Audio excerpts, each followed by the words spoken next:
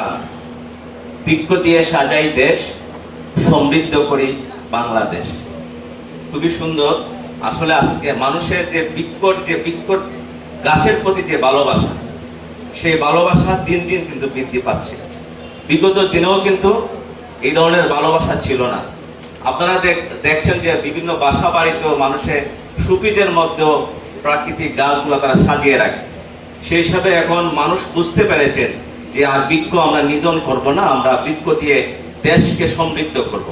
যেমন একটি বৃক্ষ রোপণ করলে যে বৃক্ষ থেকে আমরা কাঠও পাই, অর্থনৈতিক আমরা স্বাবলম্বী হই এবং ফলও পাই।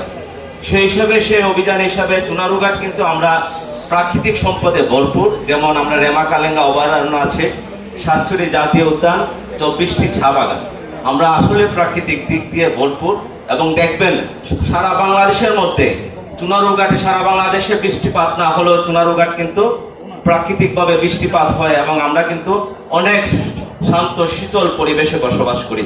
সেটা একমাত্র আমরা আমাদের বৃক্ষর কারণে এবং আমরা প্রাকৃতিক সম্পদে সমৃদ্ধ এবং ভরপুর হওয়ার কারণে। আমাদের এমপি মহোদয় বিগত বছর থেকে শুরু করেছেন বৃক্ষরোপণ কর্মসূচি, যেটা উনি ওনার ব্যক্তিগত উদ্যোগে চুনারুঘাট এবং মাধবপুরে এবছর 2 লাখ আমের চারা রোপণ করবেন। এবং তিনি এমপি হওয়ার আগ থেকে তিনি আমের চারা রোপণের মাধ্যমে এবং চুনারুঘাটকে একটি আমের রাজধানী করবেন এমন ঘোষণা দিয়েছেন। সেই মর্ম কাজ করছেন। আমরা যারা আছি, আমরা যারা আমের চারা নিচ্ছি, এমপি মহোদয়ের কষ্টে অর্জিত এই টাকার বিনিময়ে ক্রয়কৃত যে আমের চারা নিচ্ছে, আমরা যারা নিচ্ছি তারা আমের চারাগুলোকে আমরা সংরক্ষণ করব এবং যত্ন সহকারে আমরা আমের চারাগুলোকে আমরা রোপণ করব।